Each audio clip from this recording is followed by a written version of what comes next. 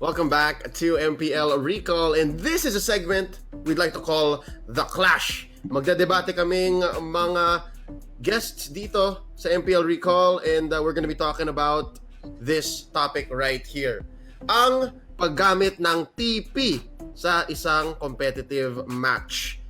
Ginawa to ni Chu, and a lot of people will say that this was a turning point in that Game 3 against Blacklist ng Work Oster Force. But just the same, marami kasing rason kung bakit ginagawa ng mga players ito. And that's what this is gonna be all about. Magsimula tayo sa take ni Uomi, and then we'll hear from Paulo Expert, and then we'll wrap it all up, and we want to hear from you as well. So put your takes in the comments right here, okay? And thank you again for those notifies, all right? Uomi, your take on the whole TP issue by Chu right here. Let this clip play out via our context setter, no? Yan. So ito, makaka-double dito si Chu, mamatay si Eson, pumasok si Unravel, that's a double. Tapos dito siya nag-TP-TP. Oh, tapos dahil doon, Nice.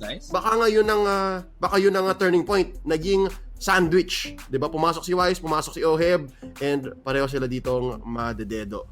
Alright, so, Uomi, your take.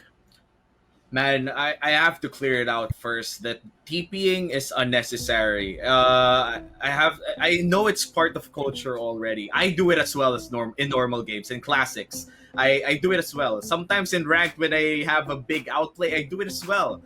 But when you're in a competitive setting, when you're in the highest league, the championship region of MPL, and you do that, it's quite unnecessary. I know it gives confidence. I know it just rubs it in the face of the enemy, and sometimes it has a mental effect too. Sometimes it ruins the mental of your enemy, and it's quite important to take note of that. But the fact that it's still unnecessary, and that few seconds in that fight, I mean, let's say 3 to 4 seconds of him repositioning with his this hero could have been the game changer there. Baka nakatakas sila ng buhay, baka nakapunta sila sa mas maganda. Kasi ito, there's a tri-bush. Kumbaga, merong bush na malapit. If they were able to enter that, they could have kited better. They could have dodged more abilities. There's so much possibilities, but all of these are what-ifs. And when we look at what-ifs, we still have to take credit sa ginawa ng Blacklist dun. They had their battle spells up. They went in at the right time, pulled out the Rhapsody quite good. But ito like, I just have to say, 4 seconds, it's a lot of time.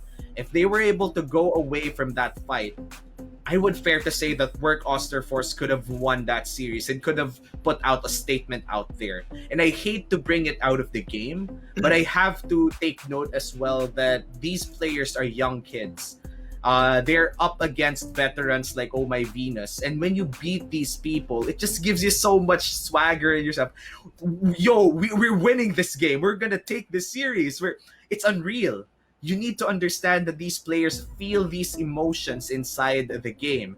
Na okay, ako na-disappoint ako kay Chu. I have to say, ang sobrang taas ng respeto ko kay Chu after his qualifier run. He didn't die once.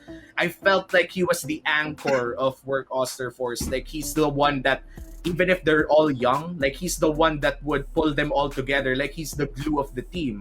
And then to see him do that mistake, na siya pa talaga, it just hit me right in my head na parang, man, that's just disappointing. I had high hopes for you, but I really feel like this is something that he could learn from, and hopefully hindi na maulit, because they almost broke the code, and these are young people.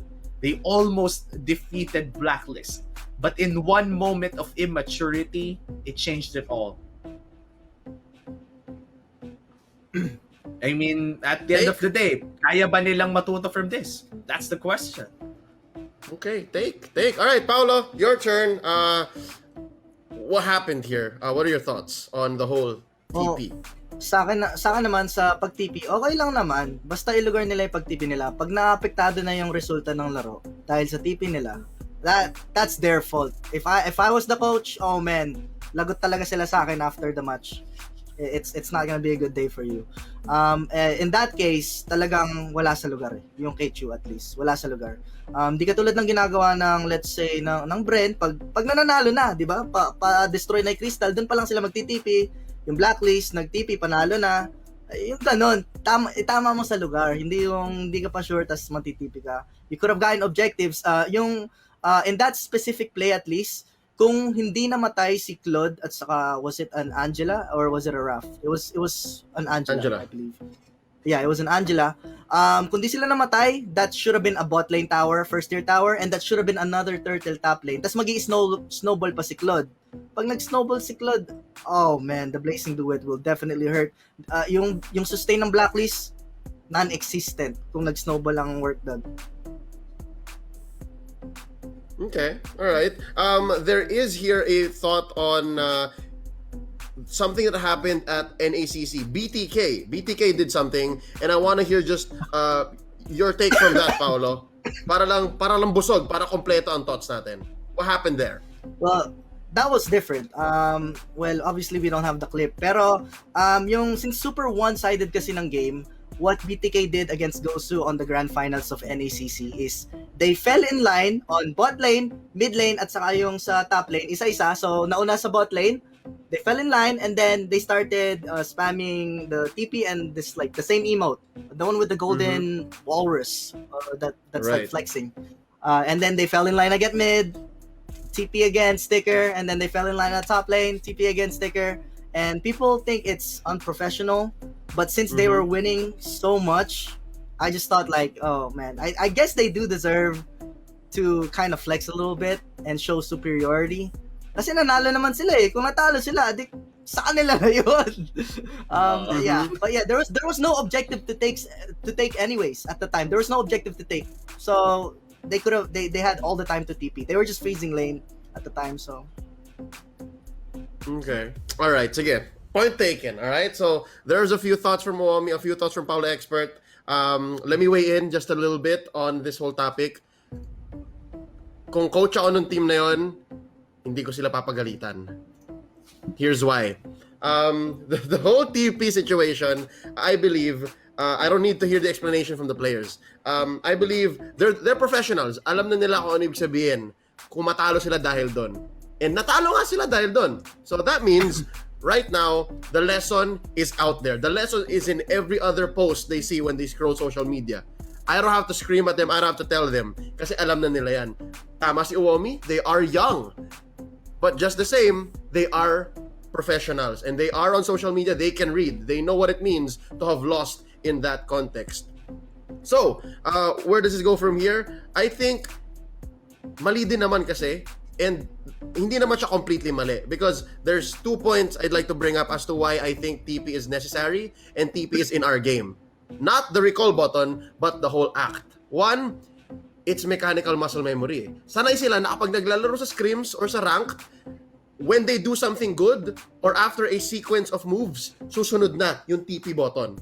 Diba? And again, it builds good muscle memory for them. Diba? Like, TikTok, freestyle, Chu, Wave the Dragon, Shunpo, TikTok, recall, right? Like, again, the best Chu players, and I'm not saying this because he's my player, but I'm just saying, pound for pound, 3 Martizi is a great Chu player. Part yun nung mechanics niya. Part yun kung bakit nagagawa niya yung combo na yun. That's one. Number 2 is, I don't know, is it just me or I just love a good show? Hindi ba cool yun na? What if he got away with it? What if he got away with it? That TP moment would have gone down in the highlight plays. Diba? And don't we all want to get entertained? Sure, it's competition. Sure, it's a professional league. But isn't there some room for some showmanship? Pero tama naman. Dapat nasa lugar.